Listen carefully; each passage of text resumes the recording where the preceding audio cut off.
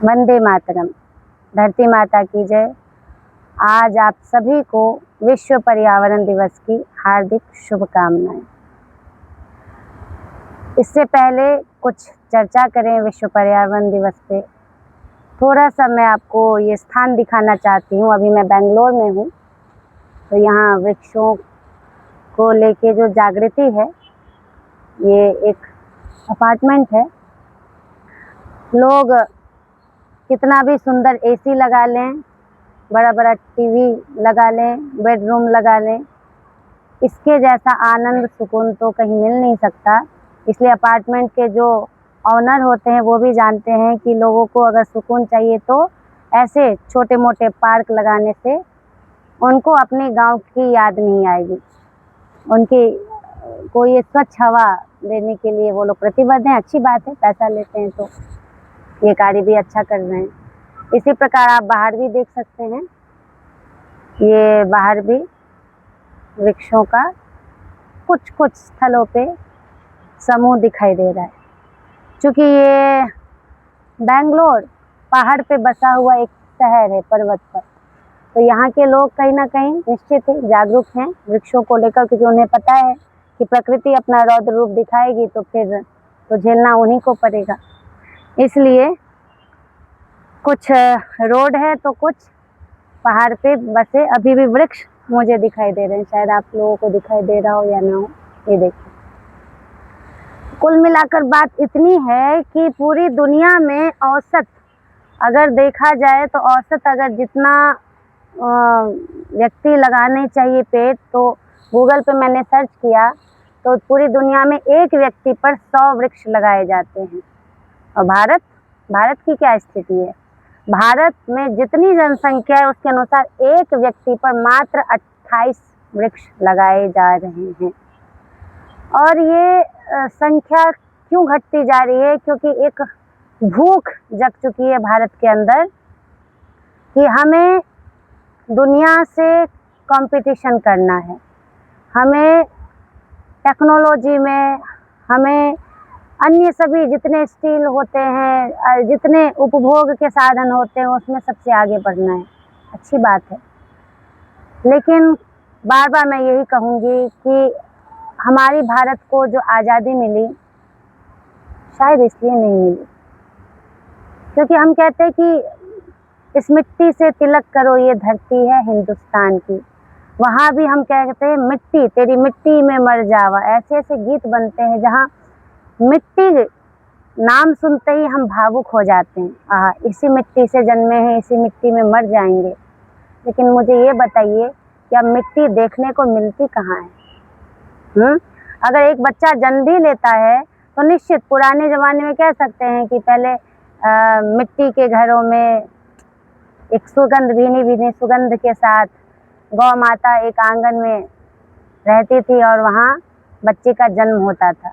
तो वो तो कह सकता है इसी मिट्टी से जन्म लिए हैं। अब तो वो कंक्रीट और सीमेंट टाइल्स के घरों में जन्म लेने वाला बच्चा मिट्टी की सुगंध क्या समझेगा, मिट्टी का गौरव क्या समझेगा? तो इसलिए बहुत दुख होता है कि आज भारत में लगभग 362 करोड़ से अधिक वृक्ष आधिकारिक तौर पर काटे जा चुके हैं। और अभी की ही घटना है, ये मई की ही घटना है, जहाँ पर संतों ने एक आंदोलन किया था। राजस्थान की घटना है, भैराना धाम की, जहाँ 21,000 से भी अधिक, 22,000 तक लगभग पेड़ काटे जा चुके हैं। 21,300 या 600 कुछ आंकड़ा है इसका, काटे जा चुके हैं। वो और भी कटेंगे। मतलब कितने जंगलों को बर्बाद किया जा चुका है। और आपको क्या लगता है कि एक मंदिर की सुरक्षा होनी चाहिए लेकिन एक वृक्ष की सुरक्षा नहीं होनी चाहिए? अरे भाई, हम किस दिन ये समझेंगे? जो हमारे ऋषि मुनि थे, जो हमारे पूर्वज थे, वो हमें ये बता के गए कि एक वृक्ष 100 मंदिर के समान होता है। मंदिर में जाने पर, हाँ, अगर उस मंदिर में अच्छे से भजन कीर्तन हो रहा हो, भगवान की चर्चा हो रही हो, तो निश्चित वहाँ शांति मिलती है। लेकिन मंदिर में जाने पर जितनी शांति, जितना सुकून नहीं मिलता, उतना इन वृक्षों के निकट रहकर मिलता है। ये आप स्वयं अनुभव कर सकते हैं। इसलिए तो हमारा मन बेचैन होता है तो हम इनके पास आते हैं। ये तो चलिए हमारे स्वार्थ की बात है कि हमें ऑक्सीजन से लेकर शांति तक प्रदान करते हैं, हमारे डिप्रेशन तक को खत्म करते हैं। लेकिन क्या हम इंसान इतने स्वार्थी हो चुके हैं, इतने बेकार हो चुके हैं कि हमें केवल अपने लिए ही पड़ी है? क्या ये धरती केवल हमारे लिए ही है? जब जंगल काटा जाता है ना, तो उसमें ना जाने कितने अबोध पशु पक्षी बेघर होते हैं, क्योंकि हमारा घर हम टाइल्स से बना लें, मार्बल से बना लें, पड़ोसी को जला लें, कुछ भी कर लें, लेकिन उनका घर ये शांति प्रदाता वृक्ष ही होते हैं। जब हम जंगल काटते हैं, सरकार आधिकारिक तौर पर जंगल काटती है और कहती है हम इतने पेड़ लगा, क्या मतलब? अरे जब आप लगा रहे हैं उसको बड़े होने में कितना समय लगेगा, और तब तक पूरी धरती को आप नष्ट कर दिए हैं। करेंगे नहीं, कर चुके हैं। तो हम किस बात का हम कहें कि हम आज़ादी में जी रहे हैं? अभी एक फरमान निकला है कि खेती बचाओ, मतलब अब मिट्टी जब अपना श्वास खो रही है, जब हम रासायनिक उर्वरक दे दे के स्वार्थ के वशात ऐसे हमें भटकाया गया, हमारी भारत भूमि को, हमारी भूमि के साथ बार बार, इसको कहते हैं बलात्कार, हमारी मिट्टी के साथ हुआ है। रासायनिक उर्वरक को दे के जब हम मिट्टी को खत्म कर दिए हैं, तब अब आप कह रहे हैं खेती बचाओ। क्या इससे पहले आपको नहीं पता था कि खेती तभी बचेगी जब गाय बचेंगे?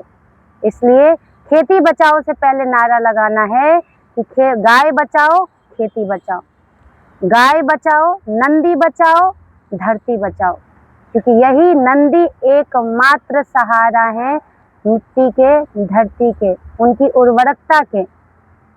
लेकिन हम आज ऐसी स्थिति है कि गौ हत्या जैसा कलंक अपनी भारत भूमि पर देख रहे हैं। हम सब बड़े मौन हैं, हमें कोई परवाह नहीं। हाँ, थोड़ा कोई आंदोलन हुआ, उसमें गौ माता की जय, नंदी बाबा की जय, बस कर देते हैं, उसके बाद खत्म, पता भी नहीं है। सरकार गौ माता, राष्ट्र माता कहती है कि वो तो हमारी माँ ही है, उसको घोषित क्या करना है? अरे घोषित नहीं करना है, इसलिए आपकी माँ है, इसलिए आप सरेआम लाइसेंस वैध कत्ल खाना आप खोलते हैं, क्योंकि आपकी माँ है ना, हमारी माँ है। तो सही बात है, माँ को घोषित नहीं करना है, माँ को माँ मान के उनको वैध लाइसेंस दिलवाना है गोकशी का। तो इतने दोगले और इतने नीच हम कैसे हो सकते हैं, ये मुझे समझ में नहीं आता। क्योंकि देखिए, हमेशा समझिए कि समाज से सरकार चलता है, ये अभी भी सत्य है।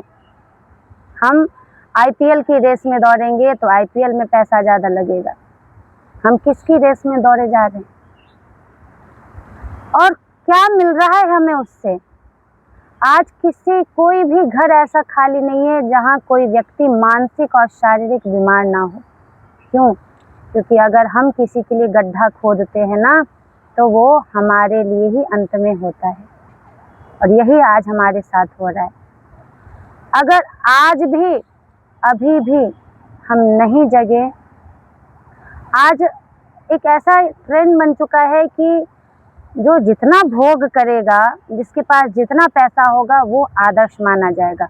ये देखो, ये सिविलाइज्ड है, ये सबसे अच्छा इंसान है, वो इसकी नकल उतारो।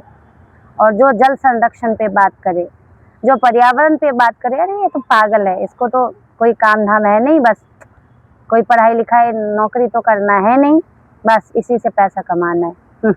क्या बात है, क्या बात है, क्या दुर्दशा बना रखी है। आज सरोवरों को भरने के नाम पे, उनके सौंदर्यीकरण के नाम पे उन पे मिट्टी भरा जाता है, कोई फर्क नहीं पड़ता हमें। हम भी तो ये सामान लेके, वो सामान लेके सीधे तालाब में ही उसको डालते हैं ना। कभी कभी मुझे ना, अब सच्ची बता रही हूँ, एक इंसान होने पर मुझे घिन आती है कि कैसे इन वृक्षों से मैं बात करूँ। आज जितने भी ये पशु पक्षी हैं ना, हमसे डरते हैं, इंसानों को देख के वो सीधे छिप जाते हैं। क्यों? हम भी तो इसी जंगल से निकले थे ना। क्या हमारा इनके साथ बातचीत नहीं हो सकती? हो सकती है, लेकिन आज हर प्राणी मनुष्य जैसे हैवान से डर चुका है। आज स्वयं धरती माँ, जिसे हम माँ कह रहे हैं ना, वो भी हमसे डर रही है। वो भी अपने आप को धिक्कार कर रही है कि हम कैसे संतान को जन्म, इस धरती पर मैं कैसे इन हैवानों को मैं ढो रही हूँ जो मुझे और मेरी प्रकृति को तबाही मचा दी है, केवल अपने स्वार्थ के लिए। क्या मिल सकता है, क्या मिलेगा? ज़्यादा से ज़्यादा हम फर्नीचर लेके सोफा पे भी बैठो तो वही अनुभव होता है, नीचे भी बैठो तो वही अनुभव होता है। और सच्ची बताऊं तो जब धरती माँ पर जब आप मिट्टी को छूते हैं तो उसका एक अलग ही शांति, सुकून अनुभव मिलता है, क्योंकि सच में हम सब पंच तत्वों से बने हुए हैं। और आज किसानों को, जो मिट्टी के संरक्षक हैं, उनको गरीब माना जाता है, उनको नीच दृष्टि से देखा जाता है। अरे किसानी क्या करना है, इसमें क्या रखा है। इसलिए अब समय आ गया है कि जो धरती के संरक्षक हैं उन्हें हम सम्मान की दृष्टि से देखें, उन्हें हम गौ के साथ युक्त करके, अर्थात गौ का किसान से संबंध है, किसान का गाय से संबंध है। जिस दिन ये दोनों अलग हो गए ना, उसी दिन से गौ हत्या बंद हो गई। वो ट्रैक्टर अपने खेती में ले आए और बैल को कत्ल खाने भेज दिए। तो ये सारी साजिश जो हम सबको खत्म करने के लिए बनाई गई है। देखो कितने भी अच्छे अच्छे पदार्थ खा लो ना, भोजन खा लो ना, वो कहाँ से आता है? इसी मिट्टी से तो आता है, ये इन्हीं वृक्षों से तो आता है। कितना भी उपभोग कर लो, इन वृक्षों को कहाँ तक हम भुला सकते हैं, गौ माता को कहाँ तक भुला सकते हैं। लेकिन हम इतने स्वार्थी हो चुके हैं कि जब उपयोग हो गया तो ठीक, नहीं है तो बस काटो, और हम उनको बचाने के लिए भी आगे नहीं आते। इसलिए कृपया आप सबसे निवेदन है कि कहीं भी, चाहे वो जल संरक्षण के लिए बात हो, बहुत अच्छी मैंने एक देखा था कि अपनी पीढ़ियों के लिए पैसा संजो के 7 पीढ़ियों, 7 पुश्तें हमारी बैठ के खाती रहें, इसके लिए बहुत मेहनत करते हैं, पैसा कमाते हैं। लेकिन क्या मुझे बताइए कि नोट खाया जाएगा? गांधी जी जिस पे नोट पे छापे गए, उस नोट को कोई खा सकता है क्या? क्या उससे भूख मिटेगी? क्या उससे प्यास मिटेगी? अंततोगत्वा तो हमें पानी ही पीना पड़ेगा, अंततोगत्वा तो हमें भोजन ही चाहिए। उस पैसे से क्या मिलता है? भोजन, पानी। अगर इस धरती पर जल ही ना रहे, जल का एक बूंद ही ना रहे तो क्या करेंगे? स्रोत तो धरती ही है। आर्टिफिशियल जल बनाएंगे, आर्टिफिशियल अन्न बनाएंगे, कितना भी हम कृत्रिम बनाते रह जाएं, अंत में मूलतः हमें सब कुछ धरती से ही लेना पड़ता है। और आज उसी की हम अनदेखी कर रहे हैं। इसलिए विश्व पर्यावरण दिवस पे हम सब एक संकल्प लें कि पर्यावरण से संबंधित, धरती से संबंधित ये जो वृक्ष हैं, ये एक मंदिर के समान है। जल ही देवता है, वृक्ष ही देवता। इसलिए हमारे शास्त्रों ने इनको देवता क्यों कहा, हमारे ऋषि मुनियों ने इनको देवता क्यों कहा? क्योंकि यही हमारे जीवन के स्रोत हैं। और लोग चुपचाप बैठे रह जाते हैं, चाहे कोई भी वृक्ष काटे। एक वृक्ष एक देवता के समान है, एक मंदिर के समान है। तो जैसे मंदिर तोड़ने पर हम कितने उग्र हो जाते हैं, इसी प्रकार अगर कोई वृक्ष काटे तो हमें उतना ही उग्र प्रदर्शन करना चाहिए। अगर कोई गौ माता को, कोई नंदी को काटे तो हमें वही प्रदर्शन करना चाहिए। ढूंढिए ऐसे आसपास, अपने आंदोलनों को समर्थन दीजिए। आप नहीं कर सकते हैं तो कम से कम उनका समर्थन तो कर सकते हैं।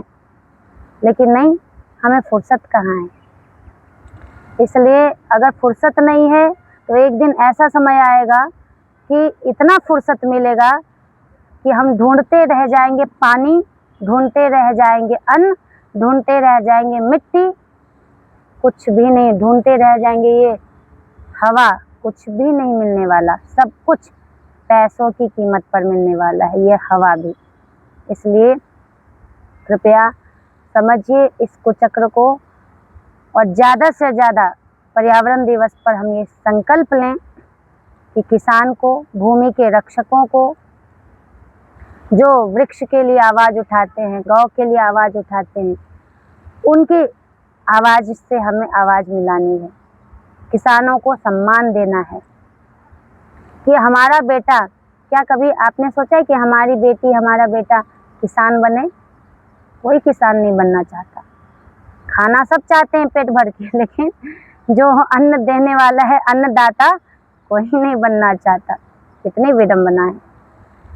इसलिए कृपया अपने ढोंग, पाखंड और काल्पनिक दुनिया से बाहर आएं, वास्तविक संसार को देखें और इस संसार में जितना हो सकता है, इसलिए कहता है ना उपनिषद, कुर्वन्नेवेह कर्माणि जिजीविषेच्छतं समा एवं त्वयि नान्यथेतोऽस्ति न कर्म लिप्यते नरे। कर्म तो करना पड़ेगा, लेकिन चुनाव है कौन सा कर्म।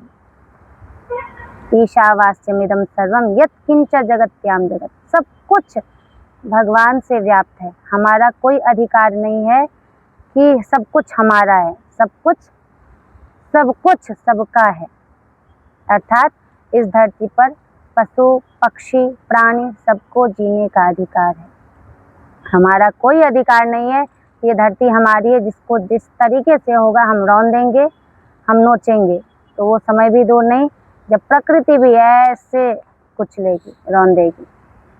क्योंकि भगवान है, तो भगवान के दंड व्यवस्था, न्याय व्यवस्था पर भी विश्वास होना चाहिए। अगर हम उनके प्रेम पात्र बनना चाहते हैं, कृपा पात्र बनना चाहते हैं, तो कृपया प्रकृति से प्रेम करें, गौ से प्रेम करें, किसान को सम्मान दें। जय गौ माता, जय गोपाल, जय जवान, जय किसान।